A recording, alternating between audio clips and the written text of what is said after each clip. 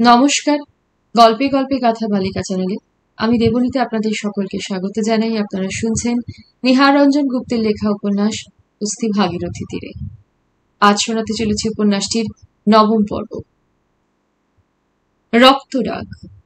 পলাশীর যুদ্ধ আজি সহস্র জিহ্বায় ঘোষিতেছে জনরব প্রভঞ্জন গতি। পলাশী যুদ্ধ আজি মরমরে পাতায় শনিতেছে সমীরণ গায়ে ভাগীরথী। রক্তকষায় বস্ত্র পরিধানে মৃগ চর্মাসনে বসেছিলেন কুলগুরু করালি শঙ্কর। নিয়মিত অত্যধিক মাত্রায় কারণ পানে রক্তবর্ণ দুটি চক্ষু, আর সম্মুখে তার উপবিষ্ট রাধারানী। ঘরের কোণে প্রদীপটি মিটি মিটি জ্বলছে। শুধু পুত্র সন্তান হলেই তো চলবে না মা তোমার, চাপা কণ্ঠে বলেছিলেন করালি শঙ্কর। তেজদীপ্ত শক্তিমান সন্তান চাই, সেই কারণেই ক্ষেত্রে এমন বীজ রোপণ করতে হবে যে বীজ থেকে মহীরুহ জন্ম নেবে। কিন্তু সে বীজ কোথা থেকে আসবে দেবতা? সে বীজ আমি রোপণ করতে পারতাম, কিন্তু বধূমাতা আমার কন্যা সদৃশা। নিয়োগ প্রথায় পিতা নিয়োজিত হতে পারে না, এবং কন্দর্প নারায়ণের উচ্ছিষ্টা পাত্রী আমার স্পর্শযোগ্যাও নয়। তাই মনে মনে আমি অন্য ব্যবস্থা করেছি। কি ব্যবস্থা দেবতা? কে সে? ব্যাকুলিতা হয়েও না রাধারানী, যথা সময় জানতে পারে। কিন্তু দেবতা, এই কথা যদি ঘুণাক্ষরে কেউ জানতে পারে, তাহলে পরিণামটা একবার ভেবে দেখেছেন? রাধারানী, তখন যে আর আমার আত্মঘাতিনী হওয়া ছাড়া আর কোনো উপায় থাকবে না প্রভু। কিন্তু জানবেই বা কেন? কাক পক্ষীতেও টের পাবে না। অবশ্যই সাহসে বুক বাঁধতে হবে তোমায়। এতটুকু দুর্বল হলে চলবে না। এখন তোমাকে যা যা করতে হবে সেই রাত্রে মনোযোগ সহকারে শ্রবণ করো। বলুন। বধূমাতাকে বলবে একটি ব্রত পালনের জন্য তাকে সারাদিন নিরম্বু উপবাসী থাকতে হবে এবং শুদ্ধ চিত্তে শুদ্ধ বসনে থাকতে হবে।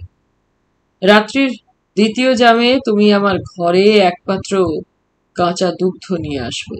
সেই দুগ্ধের সঙ্গে আমি একটি দ্রব্য মিশ্রিত করে দেব। কোনো ক্ষতি হবে না তো দেবতা? না। বিচলিতা হচ্ছ কেন? শোনো, সেই দুগ্ধ নিয়ে তুমি বধূমাতাকে পান করিয়ে দেবে। কিছুক্ষণের মধ্যেই সে নিদ্রাভিভূতা হবে। নিদ্রিতা হলে তুমি তার শয়নকক্ষের দ্বার খুলে রেখে আমাকে এসে সংবাদ দেবে। তারপর যা করবার আমি করব। যাও, এখন শয়নকক্ষে যাও। আমি এখন একবার বিশ্বরূপার মন্দিরে যাব। ভালো কথা, তোমার সেই লেঠেল পাই কালীচরণকে আজ রাত্রে আমার সঙ্গে মন্দির চত্বরে দেখা করতে বলেছ তো? হ্যাঁ, কিন্তু তাকে দিয়ে কি হবে প্রভু? প্রয়োজন আছে। তার সাহায্যে আমার প্রয়োজনীয় বন্য ঔষধি লতা ও মূল সংগ্রহ করিয়ে রাখতে হবে। আচ্ছা, এখন তুমি যাও। গলবস্ত্রে অতঃপর গুরুচরণে প্রণাম করে রাধারানী কক্ষ হতে নিষ্ক্রান্ত হয়ে গেল। সম্মুখস্থিত পাত্রের শেষ কারণ বাড়িটুকু নিঃশেষে গলাধঃকরণ করে করালি শঙ্করও গাত্রোত্থান করলেন। তারা ব্রহ্মময়ী মা। কক্ষ হতে নিষ্ক্রান্ত হয়ে করালি শঙ্কর বহির্মহলে বিশ্বরূপার মন্দির চত্বরের দিকে চললেন।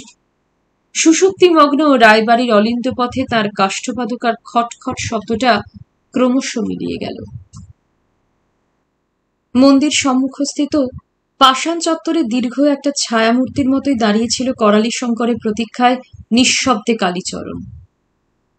কালীচরণ!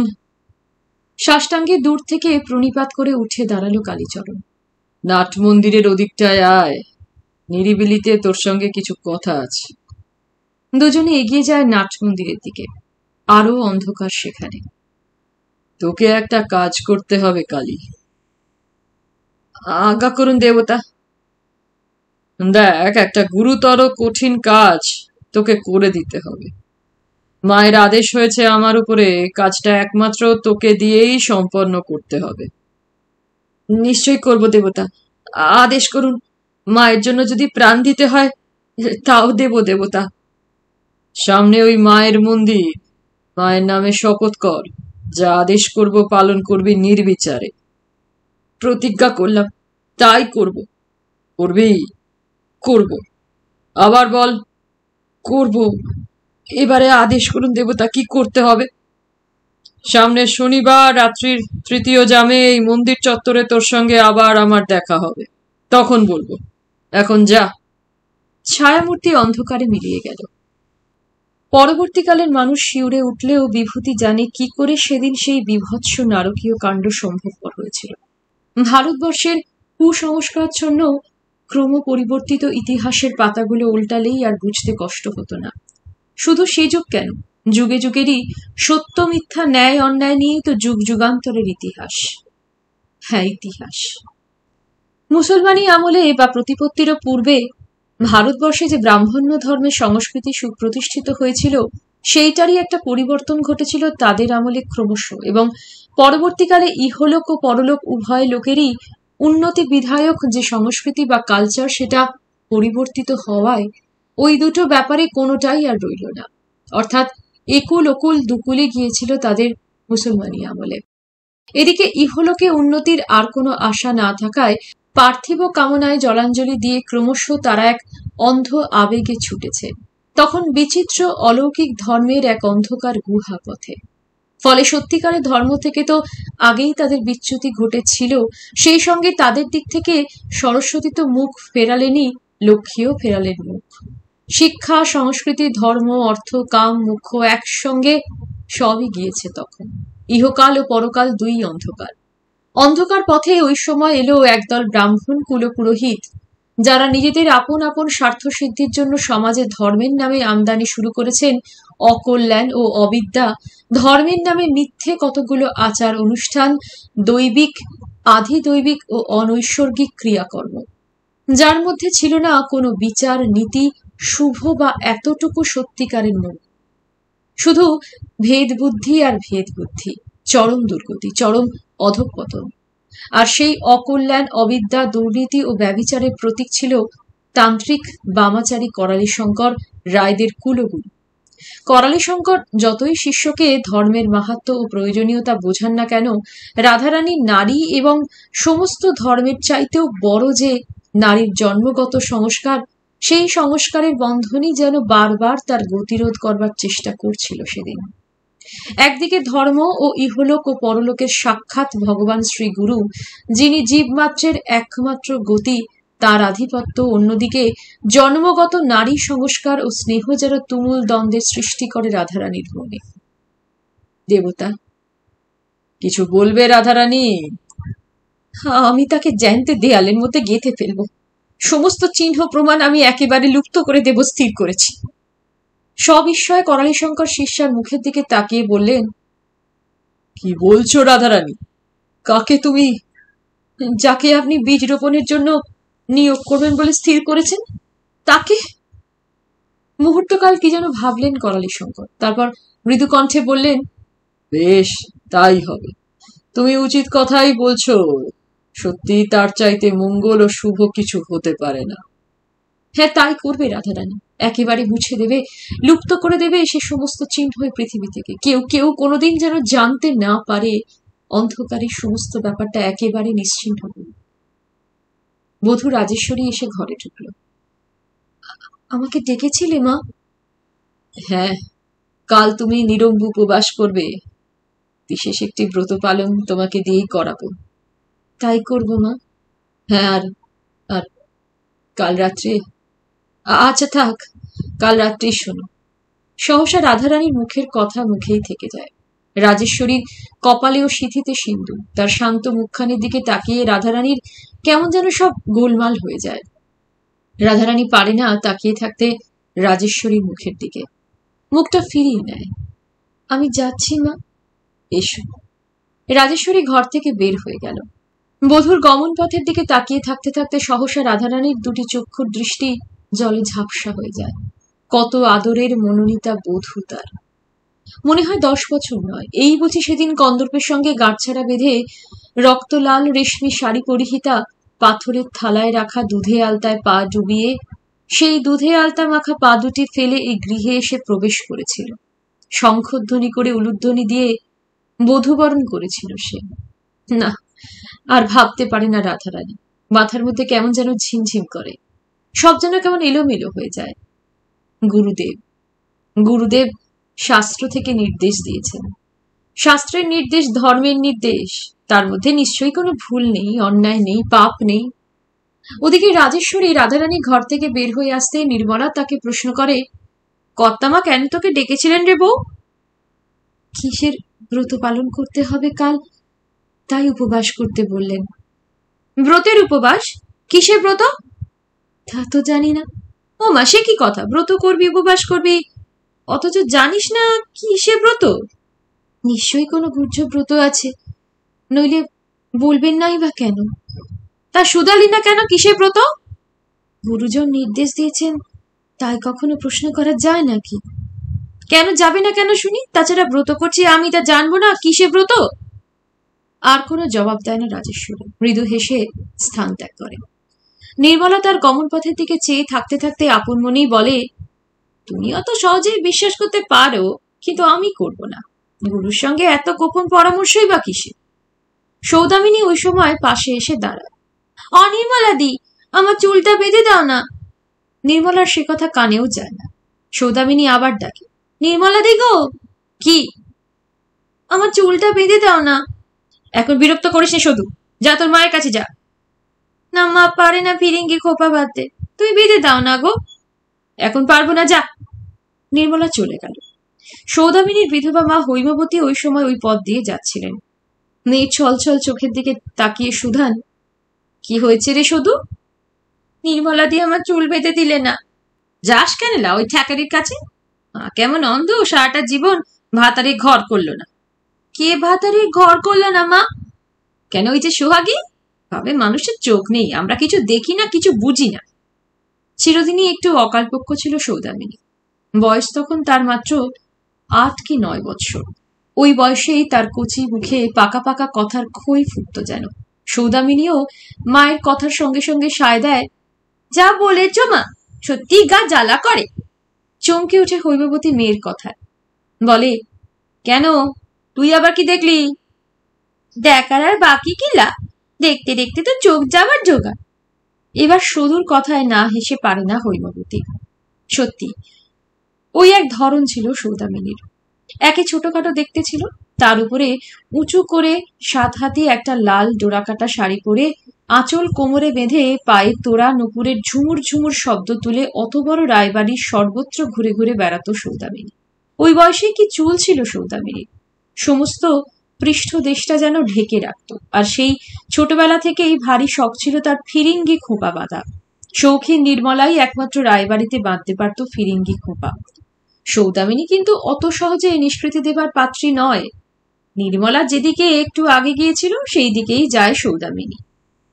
হৈমবতী পিছন থেকে ডাকে, অসধু শোন শোন, বেলা গড়িয়ে গেল, এখন আমার চুলই বাঁধা হলো না বলে। বলতে বলতে এই অলিন্দ পথে অদৃশ্য হয়ে যায় সৌদামিনী। কৃষ্ণা চতুর্দশীর রাত। রাধারানী করালি শঙ্করের কক্ষে এসে প্রবেশ করল রাত্রির দ্বিতীয় জামে। অস্থির পদে পায়চারি করছিলেন করালি শঙ্কর কক্ষ মধ্যে। পদশব্দে চোখ তুলে তাকালেন। কে? রাধারানী, এসো, তোমার জন্যই আমি অপেক্ষা করছি। দেখো, কক্ষের পশ্চিম কোণে একটি কালো পাথরের বাটিতে ঔষধি আমি প্রস্তুত করে রেখেছি। দুধ এনেছ? হ্যাঁ প্রভু, এই যে। দুধের বাটি হাতে এগিয়ে আসে রাধারানী। যাও, ওই দুধের সঙ্গে ঔষধিটা মিশ্রিত করে এবারে গিয়ে বধূমাতাকে পান করাও। বধূমাতা নিদ্রাভিভূতা হলে আমাকে এসে সংবাদ দেবে। শোনো, আসবার পূর্বে কক্ষের আলোটা নির্বাপিত করে আসবে। রাধারানী দুধের বাটি হাতে এগিয়ে গেল কক্ষের পশ্চিম করে এবং যথা নির্দেশে দুধের সঙ্গে সেই ঔষধি মিশ্রিত করে নিয়ে পুনরায় কক্ষ হতে নিষ্ক্রান্ত হয়ে গেল। উপবাসে ক্লান্ত রাজেশ্বরী তার নিজের কক্ষে খোলা বাতায়ন পথে বাইরের অন্ধকারের দিকে তাকিয়ে দাঁড়িয়েছিল। বৌমা, রাধারানীর কণ্ঠস্বরে ঘুরে দাঁড়ায় রাজেশ্বরী। এই চরণামৃতটুকু খেয়ে নাও মা। রাধারানীর হাত থেকে সে বাটিটা নিয়ে নিঃশব্দে এক চুমুকে সমস্তটুকু দুধ পান করে নিল রাজেশ্বরী। দুগ্ধপানের পর 15 মিনিট যায় না। রাধারানী বলে, আমার যে বড্ড ঘুম পাচ্ছে মা। বেশ তো, শয্যায় শুয়ে পড়ো। ঘুমোবো? কেন ঘুমোবে না, ঘুমো। রাজেশ্বরী শয্যার উপর তখন শয়ন করে। সত্যি ঘুমের সর্বশরীর তখন যেন তার শিথিল অবশ হয়ে আসছে, কিন্তু ঠিক ঘুম নয়। রাজেশ্বরী বোধহয় ভুল করেছিল। ঘুমের মতোই ঠিক, তবু যেন ঘুম নয়, কেবল শিথিল অবশ অনাসক্ত চৈতন্য। আরো কিছুকাল পরে রাধারানী ঘর থেকে বের হয়ে গেল এবং করালি শঙ্করের পূর্ব নির্দেশ মতো যাওয়ার আগে নিঃশব্দে ঘরের আলোটা নিভিয়ে দিয়ে দরজাটা টেনে ভেজিয়ে দিয়ে যেমন বাইরের অলিন্দে পা দিয়েছে রাধারানী, বাইরে অন্ধকারে পেচকের কর্কশ চিৎকার শোনা যায়। থমকে দাঁড়িয়ে যায় যেন রাধারানী, কিন্তু সেও বুঝে মুহূর্তের জন্য। পরক্ষণেই মনকে দৃঢ় করে এগিয়ে যায় করালি শঙ্করের কক্ষের দিকে পুনর্বার। সুষুপ্তিময় বিরাট রায়বাড়ি, কোথাও কোনো শব্দ নেই, সামান্য সূচপতনের শব্দটুকু পর্যন্ত বুঝি শোনা যায়। অন্যান্য দিন পুত্র গৃহে থাকলে জলসা ঘরে অনেক রাত পর্যন্ত গীত বাদ্য চলে, কিন্তু কিছুদিন ধরে পুত্র গৃহে না থাকায় জলসা ঘরেও আলো জ্বলে না, সেদিকটায়ও কোনো সারা শব্দ নেই। করালি শঙ্করের কক্ষ মধ্যে এসে পুনরায় প্রবেশ করল রাধারানী। কে? রাধারানী? হ্যাঁ। এবারে কক্ষ মধ্যে অন্ধকার ছিল না, ছোট্ট একটি মৃত প্রদীপ জ্বলছিল উপবিষ্ট করালি শঙ্করের সম্মুখে। এসো, ওইখানে উপবেশন করো। এত বিলম্ব হলো যে? সে ঘুমলো, তবে তো এলাম। রাধারানীর গলার স্বরটা যেন কেমন কেঁপে ওঠে। গাঢ় নিদ্রা হবে না, একটা নিদ্রা ও স্বপ্নের মাঝামাঝি শারীরিক ও মানসিক শৈথিল্য আনবে মাত্র আমার প্রদত্ত ঔষধি। কিন্তু তোমাকে যেন একটু বিচলিত মনে হচ্ছে রাধারানী। ভয় কি? শঙ্করীকে স্মরণ করো, সর্বমঙ্গলার ইচ্ছায় সবই মঙ্গল হবে। বলতে বলতে সম্মুখস্থিত একটি পাত্র এগিয়ে দিয়ে করালি শঙ্কর বললেন, মায়ের এই প্রসাদটুকু পান করে ফেলো, দেখবে সমস্ত অবসাদ, সমস্ত ক্ষয় দূর হবে।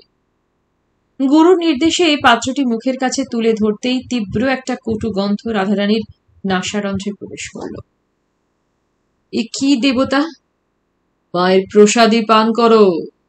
বড় যে উগ্র গন্ধ। পান করো। কোনো মতে গলায় ঢেলে দিল প্রসাদীটুকু রাধারানী। গলনলী ও পাকস্থলীর সমস্ত শ্লৈষিক ঝিল্লি যেন জ্বলে যায়, মাথার মধ্যে যেন কেমন ঝিমঝিম করছে দেবতা। রাধারানী বলে, সত্যি সর্বাঙ্গ দিয়ে তখন যেন একটা অগ্নির প্রবাহ বের হচ্ছে, সমস্ত দেহ যেন অতীব হালকা মনে হয়। ঠিক আছে, তুমি এখানে অপেক্ষা করো, আমি বাকি কাজটুকু সেরে আসি। করালি শঙ্কর কক্ষ হতে নিষ্ক্রান্ত হয়ে গেলেন। স্থির দৃষ্টিতে জ্বলন্ত প্রদীপ শিখাটির দিকে তাকিয়ে বসে রইল একাকিনী কক্ষ মধ্যে রাধারানী। সেই পাষাণ চত্বর। করালি শঙ্কর নির্দিষ্ট স্থানে পৌঁছে এদিক ওদিক তাকাতে লাগলেন। অন্ধকারে সব যেন ঠিক ঠাকুর হয় না। দেবতা? কে? ঠিক যেন অন্ধকারের ভিতর থেকে ফুরে উঠে সামনে এসে দাঁড়ায় কালীচরণ। দীর্ঘ পেশি বহুল দেহ, গায়ের ঘোর কৃষ্ণবর্ণ যেন অন্ধকারে মিলে গিয়েছে একাকার। বস্ত্রান্তরাল থেকে একটি বোতল বের করে এগিয়ে দিলেন সেটা করালি শঙ্কর কালীর দিকে। বললেন, মায়ের এই প্রসাদী কারণটা সবটা আগে পান করে নে। মদ্যপানে সামান্যই অভ্যস্ত ছিল কালীচরণ, তাও নিয়মিত সে পান করত না। উৎসবে পালা পার্বণে যা কিছু মধ্যে মধ্যে পান করত, কিন্তু আজ করালি শঙ্করের নির্দেশে সমস্ত বোতলটা ঢক ঢক করে গলায় ঢেলে দিল। বলুন দেবতা, এবারে কি করতে হবে? ক্ষণকাল তুই এখানে অপেক্ষা কর, আমি আসছি। অন্ধকারে আবার অদৃশ্য হলেন করালি শঙ্কর। সোজা ফিরে এলেন নিজের কক্ষে, কিন্তু আশ্চর্য, কক্ষ শূন্য। টিমটিম করে প্রদীপটি জ্বলছে, রাধারানী কক্ষ মধ্যে কোথাও নেই। নিঃশব্দে আবার ফিরে এলেন সেই মন্দির সম্মুখবর্তী পাষাণ চত্বরে। কালীচরণ তখনও সেখানে দণ্ডায়মান।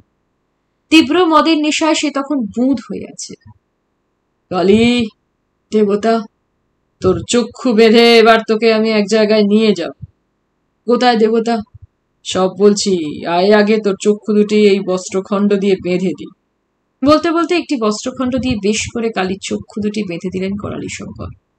কালীচরণ দেবতা, খবরদার, আজ নিশিরাত্রে যা ঘটবে কখনো যেন তা কারোর কাছে প্রকাশ না হয়। প্রকাশ হলে দেবতার অভিশাপে তুই পাষাণে পরিণত হবি, মনে থাকে যেন। না, কেউ জানবে না। হ্যাঁ, এখন তুই যেখানে যাবি, যা করবি, সবই জানবি দেবতার নির্দেশ, মা চামুন্ডার নির্দেশ। ভাগ্যবান তুই, মা তোর উপর এই কাজের ভারটুকু দিয়েছেন। আয়। করালিশঙ্কর চক্ষু বাঁধা অবস্থায় কালীচরণের হাত ধরে তাকে নিয়ে এবারে নিঃশব্দে অন্ধকারে অন্দরের দিকে অগ্রসর হলেন। চাপা কণ্ঠে যেন ফিসফিস করে করালিশঙ্কর কালীচরণের কানের কাছে মুখ নিয়ে বললেন, এবারে তোর চোখের বাঁধন খুলে দিচ্ছি, কক্ষ মধ্যে প্রবেশ কর। মা চামুন্ডার নির্দেশে এক নারী তোরই আশা পথ চেয়ে এই অন্ধকার কক্ষ মধ্যে তোর জন্য পালঙ্কে শয়ন করে অপেক্ষা করছে। মায়ের নির্দেশে ওই নারীর গর্ভে তোকে সন্তান উৎপাদন করতে হবে। যা সামনেই পালঙ্কে সেই নারী তোর। করালিশঙ্কর চোখের বাঁধন খুলে দিলেন কালীচরণের। অন্ধকার, পূর্ববৎ অন্ধকার। মদের নেশা ও করালিশঙ্করের প্রবল ইচ্ছা শক্তির প্রভাবে মন্ত্রমুগ্ধের মতো সেই অন্ধকারেই পায়ে পায়ে এগিয়ে গেল হাতড়াতে হাতড়াতে কালীচরণ কক্ষ মধ্যে। ঠিক জাগরণ নয়, আবার ঠিক নিদ্রাও নয়। জাগরণ ও নিদ্রার মাঝামাঝি অবস্থা তখন রাজেশ্বরী। কেমন যেন একটা তন্দ্রাচ্ছন্নতা। সেই তন্দ্রাচ্ছন্নতার মধ্যেই অন্ধকারে দুটি বলিষ্ঠ পেশল বাহু তাকে নিবিড় বন্ধনে বেঁধে ফেলে। কি? আমি? তুমি? সত্যি তুমি এসেছ? জড়িত অস্পষ্ট কণ্ঠস্বর রাজেশ্বরীর। বদ্ধ দরজার সামনে কান পেতে দাঁড়িয়েছিলেন অধীর উৎকণ্ঠায় করালিশঙ্কর। সহসা মৃদু একটা পদশব্দে যেন চমকে পশ্চাতে তাকাতেই পাথর হয়ে গেলেন। কে? অদূরবর্তী অলিন্দ পথের সামান্য আলো কক্ষের সামনে এসে পড়েছে। সেই আলোয় দেখলেন সম্মুখেই তার দণ্ডায়মান রাধারানী, আঁচলটা পেঁচিয়ে পেঁচিয়ে কোটি দেশে বাঁধা, আর তার হাতে প্রকাণ্ড একটা খড়গ, মাথার অবগুণ্ঠন স্খলিত, এলাইত রুক্ষ কুন্তল। রাধারানী? হ্যাঁ, কিন্তু এ কি সর্বনাশ আপনি করলেন দেবতা? শেষ পর্যন্ত চণ্ডালের রক্ত পবিত্র ব্রাহ্মণের রক্তের সঙ্গে। চণ্ডাল হলেও সে বীর্যবান পুরুষ। বীর্যবান, তাই না? এবারে আপনি এখান থেকে যান, যান গুরুদেব। আপনি আপনার করণীয় করেছেন, এবারে আমার করণীয় আমাকে সম্পন্ন করতে দিন। রাধারানী। গুরুদেব, সত্বর আপনি স্থান ত্যাগ করুন, অন্যথায় হয়তো আমাকে দ্বিতীয়বার মহাপাতকের ভাগী হতে হবে। চামুন্ডা সদৃশা বিভীষণা রাধারানীর সামনে আর দাঁড়াবার সাহস হল না বুঝি করালিশঙ্করের সেই মুহূর্তে। দ্রুত পদে তিনি স্থান ত্যাগ করলেন। ঠিক পর মুহূর্তেই টলতে টলতে বের হয়ে এলো দরজা পথে কালীচরণ। পরক্ষণেই রাধারানীর হাতে ধারালো খড়গটা বিদ্যুৎ বেগে মাথার উপর উঠে কালীচরণের দেহ থেকে তার মস্তক দ্বিখণ্ডিত করে দিল যেন চক্ষের পলকে। দরাম করে সশব্দে মুন্ডহীন দেহটা অলিন্দে আছড়ে পড়ল। মুন্ডুটা কয়েক হাত দূরে গিয়ে ছিটকে পড়ল, রক্তে অলিন্দ ভেসে গেল। মাথার মধ্যে বুঝি তখন খুন চেপে গিয়েছে রাধারানী। বুকটার মধ্যে একটা তীব্র আগুনের জ্বালা যেন পুড়িয়ে একেবারে খাক করে দিচ্ছে তখন তাকে। এখনো শক্তিময় সমস্ত রায়বাড়ি, এখনো রাত্রির শেষ জাম বাকি। ওই মৃতদেহের একটা ব্যবস্থা অবিলম্বে করা প্রয়োজন। কাকপক্ষী জাগবার আগেই সব একেবারে নিশ্চিহ্ন করে ফেলতে হবে। কিন্তু কি করে সব নিশ্চিহ্ন করবে রাধারানী? একা তো কিছু ব্যবস্থা করা সম্ভব নয়, সাহায্য কারো নিতেই হবে। কিন্তু কার সাহায্য সে নেবে? এই একান্ত গোপনীয় ব্যাপারে কার উপরে বিশ্বাস স্থাপন করা যায়? একান্তভাবে নির্ভরশীল যার উপরে হওয়া যেত, একান্তভাবে যাকে বিশ্বাস করা যেত, তাকে সে আজ মুহূর্ত পূর্বে খড়গাঘাতে দ্বিখণ্ডিত করেছে। সে আজ নাগালের বাইরে। আর একজনের কথা মনে পড়ে যায়, বিহারী দারোয়ান রঘুনন্দন সিং। হ্যাঁ, তাকেও বিশ্বাস করা যেতে পারে। আর কাল বিলম্ব না করে তখনই ছুটে গেল রাধারানী বহির্মহলে, যেখানে খাটিয়া পেতে ছোট একটা ঘরের মধ্যে রঘুনন্দন তখন পরম নিশ্চিন্তে এক লোটা সিদ্ধি গলায় ঢেলে নাক ডাকাচ্ছে। রঘুনন্দন।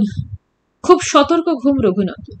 40-এর কোঠায় বয়স হলেও যুবজনোচিত চেহারা তখন, বিশাল বলিষ্ঠ। রঘুনন্দন। ঘুম ভেঙে যায় রঘুনন্দন। চকিতে খাটিয়ার উপর উঠে বসে। কন? পরক্ষণের সামনে রাধারানীকে দাঁড়িয়ে থাকতে দেখে সবিস্ময় বলে ওঠে, মাইজি। রঘুনন্দন। ডাকাত পড়েছে। ডাকু কিদার মাইজি? চকিতে হাত বাড়িয়ে পাশেই দেওয়ালে ঠেস দিয়ে রাখা 5 হাতের বাঁশের লাঠিটা শক্ত মুঠিতে চেপে ধরে রঘুনন্দন। ব্যস্ত হইও না, তাকে আমি শেষ করে দিচ্ছি। খতম হো গিয়া? হ্যাঁ, আর আমার সঙ্গে এক্ষুনি চল। লাশটাকে তাড়াতাড়ি দিঘির ধারে বাগানের মধ্যে পুঁতে ফেলতে হবে। একদম খতম কর দিয়া মাইজি। হ্যাঁ, আমার মনে হয় ওই বেটাই ডাকাতের দলের সর্দার ছিল। লাশটাকে রাতারাতি পাচার করে না ফেললে ওরা যদি সন্ধান পায় তো মুশকিল হবে রঘু। ও তো ঠিক বাত হয় মাইজি, আপনি সচ কহা। তাই বলছিলাম আর দেরি করিস না, জলদি আয়। लेकिन मुर्दा किधर है माजी? अंदर में। अंदर में? হ্যাঁ, তব চলিয়ে মাজি। রাধারানীর পিছনে পিছনে রঘুনন্দন অগ্রসর হয়।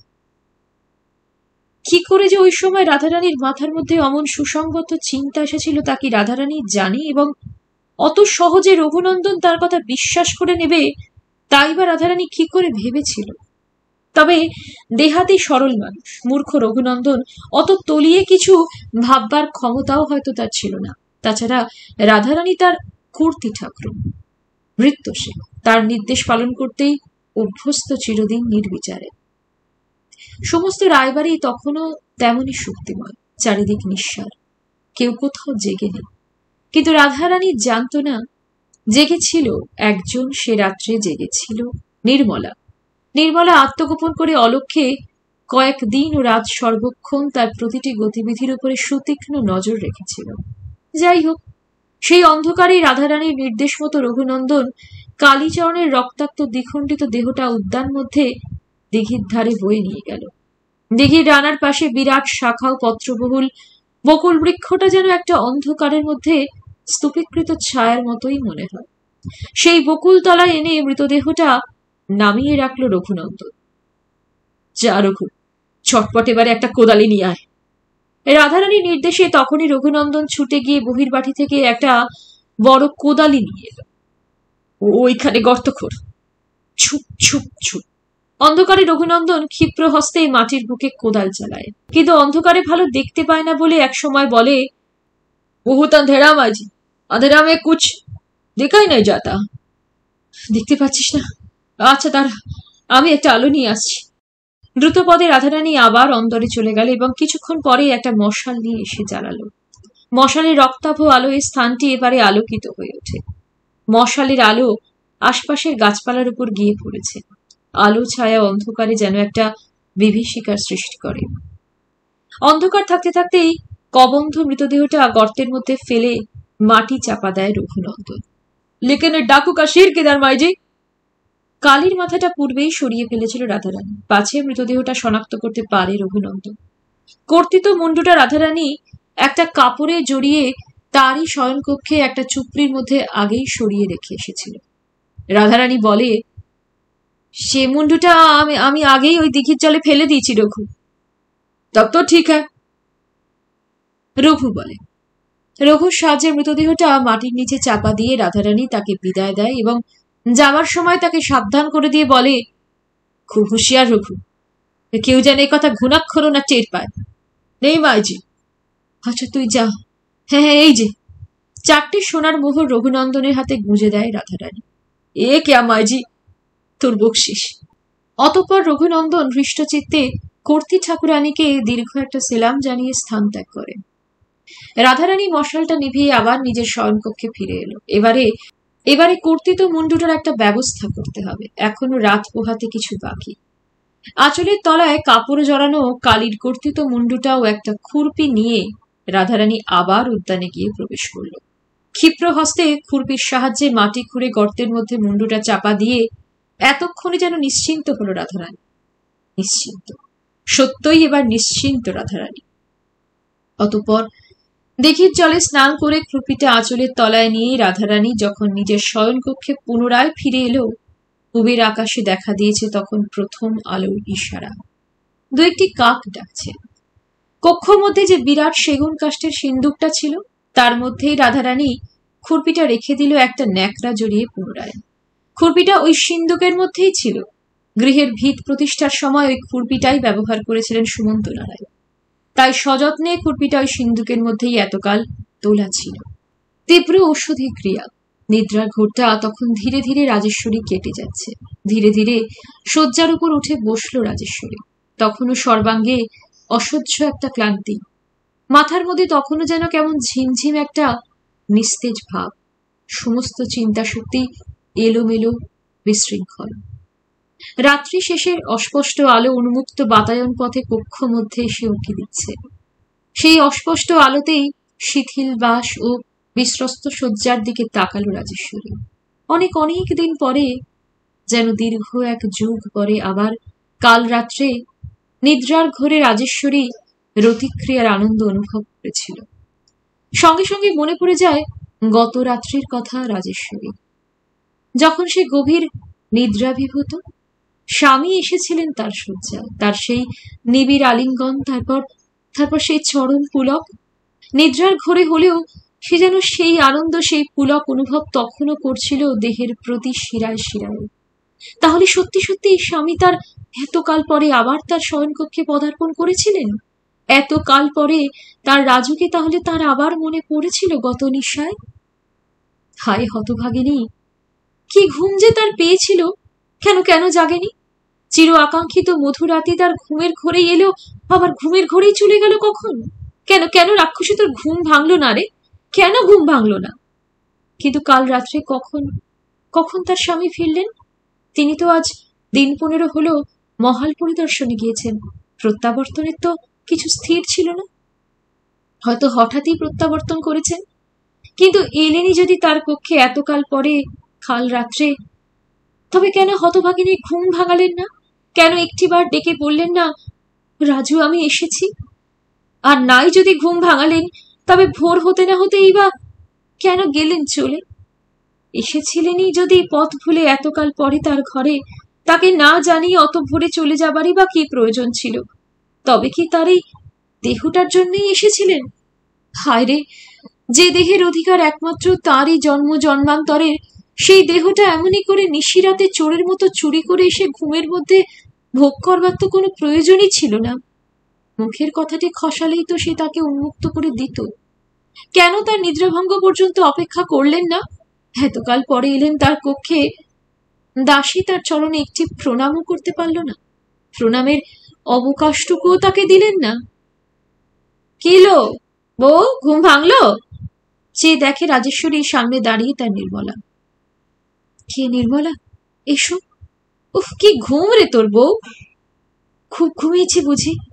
দুবার এসে দেখে গিয়েছি অসারে ঘুমোচ্ছিস। কাল রাতে বুঝি স্নানও করিসনি? না, ঘুমিয়ে পড়েছিলাম। তা চল, দিঘিতে যাবি নাকি? ঠাকুরন কোথায় নির্মলা?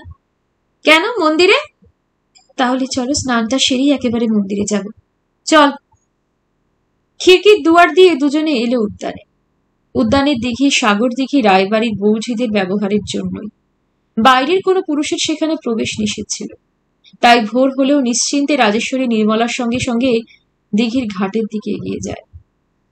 সত্যি কথা বলতে কি, রাজেশ্বরী যেন একটু বিস্মিতই হয়েছিল নির্মলার ব্যবহারে। নির্মলাও সে প্রায় সমবয়সী হলেও নির্মলা তার দিকে বড় একটা ঘেঁষত না কখনো। একটু যেন বিশেষভাবে রাজেশ্বরীকে বরাবর নির্মলা এড়িয়েই চলত, এবং খুব প্রয়োজন না হলে বড় একটা রাজেশ্বরীর সঙ্গে নির্মলা কথাবার্তাও বলতো না। সেই তার ঈদৃশ্য আচরণটা রাজেশ্বরী ঠিক বুঝতে না পারলেও ওই কারণে মনে তার কোনো আক্ষেপ ছিল বলেও মনে হয় না। তাই নির্মলা আজ তাকে নিজে তার শয়নকক্ষ থেকে যখন ডেকে নিয়ে এলো স্নান করবার জন্য দিঘিতে, পথ চলতে চলতে সেই কথাটাই ভাবছিল বোধহয় রাজেশ্বরী। কিন্তু তার চাইতেও বেশি ওই সময় তার মনটা আনন্দে ভরিয়ে রেখেছিল গত রজনীর স্বপ্নের মতো সুখ স্মৃতিটা। সব অঙ্গ দিয়ে গত রজনীতে সে স্বামীর সঙ্গে যে মিলনানন্দ উপভোগ করেছে, সেই মিলনের আনন্দ অনুভূতিটাই। নাই থাকলো তার ঘরে আলো, না হয়েছিল অন্ধকার, তবু তো স্বামী তার কক্ষে পদার্পণ করেছিলেন। অন্ধকারে সেই বলিষ্ঠ বাহুর নিষ্পেষণের পুলকানুভূতি এখনো যেন তার সমস্ত দেহের রোমকূপে ছড়িয়ে আছে। গত রজনীর সেই সুখ স্বপ্নের ঘোরটা যেন এখনো কাটেনি। রাজেশ্বরী যেন এখনো স্বপ্নের ঘোরেই পা ফেলে চলে দিঘির ঘাটের দিকে। কেন ভাঙলো ঘুমটা? আর কিছুক্ষণ ঘুমলে কি বা ক্ষতি হতো কার? কিংবা নাইবা যদি ভাঙতো তার ঘুমটা, তাতেও তো কোনো ক্ষতি ছিল না। সেই রতি সুখ নিদ্রার মধ্যেই না হয় সে তলিয়ে যেত, নিঃশেষে হারিয়ে যেত চিরজন্মের মতো। অখণ্ড অনির্বচনীয় সেই আনন্দ স্বপ্নে কল্পনান্ত কাল ধরে না হয় সে মগ্ন হয়েই থাকত। কেন কেন ভাঙল ঘুম? নির্মলার পাশে চলতে চলতে সেই উদ্যান মধ্যস্থিত নির্জন পথরেখা ধরে রাজেশ্বরীর মনের মধ্যে সেদিন প্রভাতে এমনই কত আবোল তাবোল চিন্তাটাই না উদয় হচ্ছিল। আর রাজেশ্বরীর পাশে পাশে চলতে চলতে নির্মলার মনের মধ্যে যে কথাটা সেদিন বারবার উদয় হচ্ছিল, বলি বলি করেও যেন সেই কথাটা সে উচ্চারণ করতে পারছিল না। কোথায় যেন একটু সংকোচ, কোথায় যেন একটু দ্বিধা বুঝি বোধ করছিল নির্মলা। গত রাত্রে রাধারানীর অলক্ষ্যে থেকে সে অনেক কিছুই দেখেছে, আবার অনেক কিছুই দেখতে পায়। খানিকটা দেখলেও বেশিটাই তার অনুমান। হ্যাঁ, রাধারানী বিশ্বরূপার মন্দির আভ্যন্তরে বসে জপ করতে করতে সহসা একটা পরিচিত শব্দে যেন চমকে ওঠে। হুমড়ো হুমড়ো হুমড়ো। পালকি বেহারাদের মিলিত কণ্ঠস্বর যেন অগ্নিগোলকের মতোই রাধারানীর শ্রবণ বিবরকে এসে বিদ্ধ করল। কি ব্যাপার? কে এলো পালকি চেপে এত ভোরে? তবে কি পুত্র কন্দর্প নারায়ণী ফিরে এলেন? কিন্তু এত তাড়াতাড়ি তো তার ফিরবার কথা নয় মহাল থেকে। জপ আর করা হয় না রাধারানী। উৎকর্ণ হয়ে একটা পরিচিত পদশব্দ শুনবার চেষ্টা করে সে। যদি সত্যি সত্যি কন্দর্প নারায়ণ হয়তো এক্ষুনি সে পালকি থেকে নেমে সর্বাগ্রে সোজা তার চিরপ্রিয় শ্যামসুন্দরের মন্দিরে প্রণাম করতে আসবে, তারপর আসবে বিশ্বরূপার মন্দিরে। কি একটা অজানিত আশঙ্কায় রাধারানীর বুকের ভিতরটা যেন ঢিপ ঢিপ করতে থাকে। যদিও কাল নিশি রাতের ব্যাপারটা একান্ত সংগোপনে অনুষ্ঠিত হয়েছে, কাকপক্ষেরও জানবার কথা নয়, এবং একমাত্র যে জানত তার দ্বিখণ্ডিত মৃতদেহটাও মাটির নিচে পুঁতে ফেলেছে সে। কিন্তু সে সময় তো একটা কথা তার একটি বারও মনে হয় না। কন্দর্প নারায়ণের বিশেষ প্রিয় পাত্রই কালীচরণ। যখন কন্দর্প নারায়ণ কালীর সন্ধান করবে তখন কি জবাব দেবে রাধারানী তার প্রশ্নের? এই যে কালীচরণের মতো দুর্ধর্ষ একটা মানুষ রাতারাতি উধাও হয়ে গেল, কন্দর্প নারায়ণ যদি কথাটা তার বিশ্বাস করতে না চায়, যদি বলে সে, মা আমি বিশ্বাস করি না তোমার কথা, তুমি রহস্য করছো, যদি সে তার অনুসন্ধান শুরু করে দেয়, না বিশ্বাস করুক, করুক অনুসন্ধান যত খুশি, তার শুধু অনুসন্ধানই সার হবে। এই জীবনে আর তার কোনো সন্ধান পেতে হবে না কাউকে। আর পুত্রবধূ রাজেশ্বরী সম্পর্কেও রাধারানী নিশ্চিন্ত। গুরুদেব করালি শঙ্কর বলেছেন রাজেশ্বরী কিছুই জানতে পারবে। যা কিছু ঘটেছে গত নিশায় মন্ত্রপুত ঔষধির প্রভাবে সবকিছুই তার কাছে চিরদিন অজ্ঞাত থেকে যাবে। তবে মিথ্যা রাধারানীর বুকের ভিতরটা ঢিপ ঢিপ করছে কেন? হাতের মালা হাতেই ছিল। সহসা পরিচিত পদশব্দে মন্দিরের উন্মুক্ত দ্বারপথের দিকে চোখ তুলে তাকাতেই কন্দর্প নারায়ণের বিরাট দেহটা তার দৃষ্টিপথে পতিত হল। পুত্র মন্দিরাভ্যন্তরে উপবিষ্ট জননীকে দেখতে পেয়েছিল। দূর থেকেই মন্দির দ্বারের চৌকাঠের উপরে প্রথমে বিশ্বরূপাকে প্রণাম করে মাতার উদ্দেশ্যেও প্রণাম জানালো কন্দর্প নারায়ণ। ভালো ছিলে তো মা? হ্যাঁ, তুমি এই সময় ফিরলে। এত শীঘ্র তো তোমার ফিরবার কথা ছিল না নারায়ণ। না, তবে অধিককার কাজ তাড়াতাড়ি হয়ে গেল, তাই চলে এলাম। বেশ করেছ, যাও ভিতরে যাও, বস্ত্র পরিবর্তন করে আগে সুস্থ হও। কন্দর্প নারায়ণ অন্দরের দিকে চলে গেল। আসলে কিন্তু কন্দর্প নারায়ণ অন্য কারণে অত শীঘ্র কলকাতায় প্রত্যাবর্তন ছিল। ইদানিং শ্রী রাজেশ্বরীর সঙ্গে তার কোনরূপ সম্পর্ক না থাকলেও মনের মধ্যে রাজেশ্বরী সম্পর্কে অতীতের একটা দুর্বলতা তখনও অবশিষ্ট ছিল বুঝি কন্দর্প নারায়ণের। কখনো এতটুকু কোনো প্রতিবাদ না জানিয়ে স্বামীর সমস্ত অবহেলাকে নিঃশব্দে মাথা পেতে নিয়ে যে নিঃশব্দচারিণী পুত্রবধূ রায়বাড়ির অন্দরে ইদানিং যেন ছায়ার মতোই অবস্থান করছিল, তার প্রতি কন্দর্প নারায়ণের মনের মধ্যে তার অজ্ঞাতেই তখনও কিছুটা মমতা বুঝি অবশিষ্ট ছিল। বিশেষ করে গত কয় রাত্রি রাজেশ্বরীকে নিয়ে তার বিচিত্র দুঃস্বপ্ন স্মৃতিটা যেন কন্দর্প নারায়ণ মন থেকে কিছুতেই মুছে ফেলতে পারছিল না। বিচিত্র স্বপ্ন, এবং একই স্বপ্ন সে 3 রাত্রি পর পর দেখেছে। দিঘির জলে যেন রাজেশ্বরী ডুবে যাচ্ছে, আর দিঘির পাড়ে দাঁড়িয়ে হা হা করে হাসছে করালি শঙ্কর। বাঁচাও, আমাকে বাঁচাও! কন্দর্প নারায়ণ জলে ঝাঁপ দিয়ে পড়েছে, কিন্তু তবু রাজেশ্বরীকে উদ্ধার করতে পারেনি। কালো কালো পিচ্ছিল কতগুলো লতা যেন রাজেশ্বরীকে আষ্টে পৃষ্ঠে বেঁধে কেবলই টানছে তাকে নিচের দিকে, তাকে টেনে নিচ্ছে। আপ্রাণ শক্তিতে চেষ্টা করেও কন্দর্প নারায়ণ রাজেশ্বরীকে উদ্ধার করতে পারেনি। পরপর 3 রাত্রি কেন ওই স্বপ্ন দেখল সে? তাই ছুটে এসেছে কন্দর্প নারায়ণ কলকাতায়। সেখানকার কাজ সব অর্ধ সমাপ্ত রেখেই ছুটে এসেছে কলকাতায়। রাজেশ্বরীর কথা ভাবতে ভাবতেই অন্দরের দিকে হেঁটে চলে কন্দর্প নারায়ণ। আজকের মতো এখানেই শেষ করছি। নিহারঞ্জন গুপ্তের লেখা অস্থি ভাগীরথী তীরে। এই বিখ্যাত উপন্যাসটি আশা করছি আপনাদের অনেকেরই ভালো লাগছে। ভালো লাগলে জানাবেন, লাইক করবেন আর কাইন্ডলি চ্যানেলটিকে সাবস্ক্রাইব করে আমার পাশে থাকবেন। ধন্যবাদ।